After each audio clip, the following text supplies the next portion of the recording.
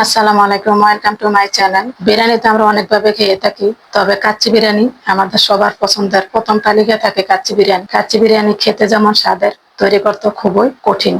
Trust me, একটা কথা বিশ্বাস করবেন, আমি মনে করি যার অন্য কোনো রেসিপি দেখার প্রয়োজন মনে হবে না, আমার এই রেসিপিটা একবার হলো ট্রাই করে দেখেন। কাচ্চি বিরিয়ানি খেতে আর কাচ্চি বাজারে যেতে হবে না, আমার এই রেসিপিটা ফলো করলে আপনি বাড়িতেই বানিয়ে ফেলতে পারবেন পারফেক্ট কাচ্চি বিরিয়ানি। কাচ্চি বিরিয়ানির সবচেয়ে গুরুত্বপূর্ণ বেরি করার সময়, আমার এখানে সময় মেজারমেন্ট সবকিছু পারফেক্ট ভাবে পেয়ে যাবে। প্রথমে আমি এখানে কাচ্চি বিরিয়ানির জন্য আস্ত কিছু মশলা নিয়েছি 2 পিস তেজপাতা টুকরো করে নিয়েছি, 3 ভাগের 1 ভাগ জায়ফল, আর কিছু জয়ত্রী ফুল নিয়েছি, দারুচিনি নিয়েছি কয়েক টুকরো, সবুজ এলাচ নিয়েছি 10 থেকে 12 পিস, আর কালো এলাচ নিয়েছি আপনার 3 পিস, কিছু সাদা গোলমরিচ, কিছু কালো গোলমরিচ। চাইলে আপনারা মেজারমেন্ট স্ক্রিন থেকে দেখে নিতে পারেন। বিফ কাচ্চি বিরিয়ানি তৈরির জন্য আমি আজকে 1.5 কেজি গরু মাংস নিয়েছি, একদম ফ্রেশ গরুর মাংস নিয়েছি। আপনারা চাইলে ফ্রোজেন করা গরুর মাংস নিতে পারেন। মাংসগুলো আমি ধুয়ে পরিষ্কার করে ভালোভাবে একটু বড় পিসেস করে নিয়েছি। বিশেষ করে মাংসগুলো ভালোভাবে পানি ঝরিয়ে নিতে হবে। মাংসগুলো ম্যারিনেট করে নিচ্ছে। প্রথমে আমি এখানে 2 টেবিল চামচ রসুন বাটা আর 4 টেবিল চামচ পেঁয়াজ বাটা দিয়ে দিচ্ছি,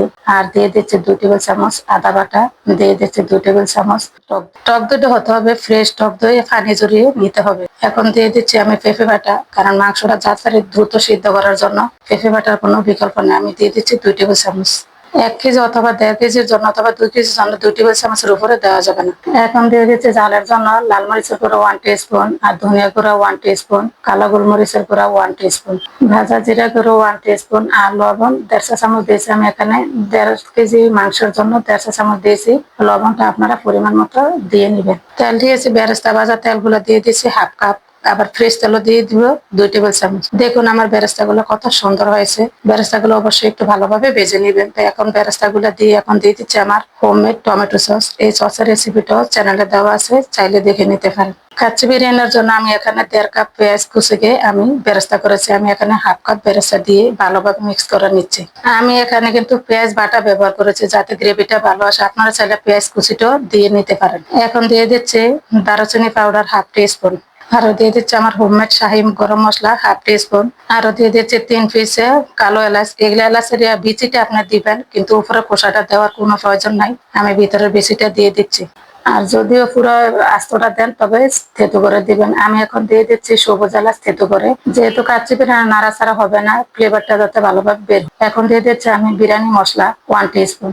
মশলাগুলো দেওয়া শেষে আমি আবারও মিক্স করে নিচ্ছি। মেখে নেওয়াটা এখানে জরুরি। কাচ্চি বিরিয়ানি মেখে নিতে হবে ভালোভাবে। মাটন কাচ্চি হোক আর বিফ কাচ্চি হোক, একদম ভালোভাবে মেখে নিতে হবে। এখন দিয়ে দিচ্ছি ফ্রেশ সয়াবিন তেল 2 টেবিল চামচের মতো। আমার ওইখানে তেল একটু কম হয়েছে, এই জন্য আবার একটু ভালোভাবে তেল দিয়ে নিচ্ছি। এখন আমার মেখে নেওয়া হয়ে গেছে, দেখুন কত সুন্দর হয়েছে কালার। এখন দিয়ে দিচ্ছি একদম সামান্য লবণ, হলুদ আর মরিচ দিয়ে মেখে নিয়ে আমি একটু তেলে ভেজে নিয়েছি।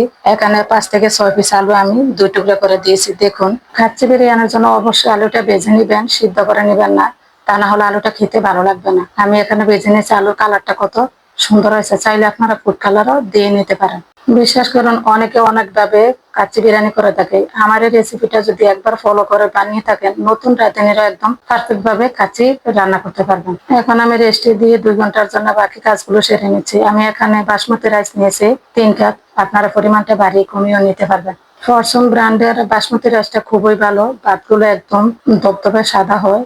এখন আমি এখানে চালগুলো মেপে নিচ্ছি আপনাদের শুধু দেখানোর জন্য। এখন আমি চালগুলো ধুয়ে ভালোভাবে পরিষ্কার করে 30 মিনিটের জন্য রেস্টে রেখে দিচ্ছি। অবশ্যই 30 মিনিট ভিজিয়ে রাখতে হবে। 30 মিনিট ভিজিয়ে রাখার পর আমি চালগুলো পানি ঝরিয়ে নিয়েছি। এখন একটা বড় পাতিল বসিয়ে আমি এখানে আস্ত মশলাগুলো দিয়ে দিচ্ছি। স্ক্রিনে মশলাগুলো দেওয়া আছে, আপনারা দেখে নিতে পারেন। অবশ্যই মশলাগুলা ভাত রান্নার সময় দিতে হবে। এখন আমি সয়াবিন তেল দিয়ে দিচ্ছি 2 টেবিল চামচ। এখন লবণ দিয়ে দিচ্ছি আপনার 3 কাপ চালের জন্য 1 টেবিল চামচ লবণ দিয়েছি। পরিমাণটা আপনারা বুঝে শুনে আরো দিতে পারেন। এখন দিয়ে দিচ্ছি আমি ধুয়ে রাখা চালগুলো এমন ভাবে রান্না করতে হবে 80% যাতে কুক হয়ে যায়, তা না হলে আপনার কাচ্চিটা খেতে ভালো লাগবে না। রাইসটা আমি রান্না করে নিয়েছি। এখন দিয়ে দিচ্ছি আধা ভাঙা করে কিছু কাঁচামরিচ। কাঁচামরিচটা আপনারা বুঝে শুনে দেবেন, চাল যতটুকু খান। আমার বাসায় আলু বোখারা ছিল না, তাই আমি এখানে টক মিষ্টি জলপাইয়ের আচারটা দিয়ে দিচ্ছি। আপনারা চাইলে আচার দিয়েও পরিবেশন করে নিতে পারেন। আমি এখানে হাফ কাপ দুধের সাথে 2 টেবিল চামচ ঘি অ্যাড করে আমি একসাথে দিয়ে দিচ্ছি। দুধটা অবশ্যই দিতে হবে। এখন দিয়ে দিচ্ছি টেস্টের ব্যালেন্স ঠিক রাখার জন্য 2 চা চামচ চিনি। দুধটা অবশ্যই জাল করা হতে হবে। এখন দিয়ে দিচ্ছি আমি রান্না করা ভাতগুলো। দেখুন একদম পাতিল থেকে সরাসরি চাটনি দিয়ে সেকে দিয়ে দিতে হবে, কোথাও জমা করা যাবে না, তা না হলে ভাতগুলো ওভারকুক হয়ে যাবে। ভাতগুলো আগে থেকে রান্না করা থাকলে 50% রান্না করতে করে জমা রাখতে পারবেন। এখন দিয়ে দিচ্ছি আমি বাকি পেঁয়াজের বেরেস্তাগুলো। এখানে হাফ কাপ বেরেস্তা আছে, আমি ভাতের উপরে দিয়ে দিচ্ছি। এখন দিয়ে দিচ্ছি আমি জাল করা 1 কাপ লিকুইড মিল্কের সাথে কয়েক ফোঁটা ইয়েলো ফুড কালার মিক্স করে নিয়েছি। এখন দিয়ে দিচ্ছি ফ্লেভারের জন্য 2 টেবিল চামচ ঘি। ঘিটা আপনারা বুঝে শুনে দিবেন, বেশি দিলেও কোনো সমস্যা নেই আর কম দিলেও সমস্যা নেই, ফ্লেভারটা খুবই ভালো আসবে। দিয়ে দিচ্ছি কেওড়া জল একদম সামান্য।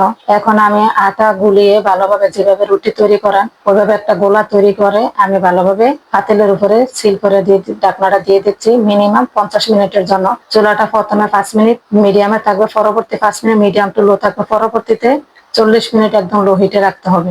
কাচ্চি বিরিয়ানির মধ্যে সময়টা সবচেয়ে গুরুত্বপূর্ণ। কাঁচের ঢাকনা হলে দেখবেন ভিতরে পানি জমতে শুরু করছে, তখন থেকে আপনারা দমে দিয়ে দিতে হবে। ঢাকনা খোলার পর দেখুন আমার কাচ্চিগুলো কত পারফেক্ট হয়েছে, একদম আপনাদের সামনে দেখিয়ে দিচ্ছি। দেখুন মাংসের গ্রেভিটা কত পারফেক্ট হয়েছে, আলুগুলো একদম পারফেক্ট ভাবে সিদ্ধ হয়েছে। সবচেয়ে গুরুত্বপূর্ণ টিপস হচ্ছে যখন দমে দিবেন তখন পাকের রুমে জানালা বন্ধ করে দিতে হবে।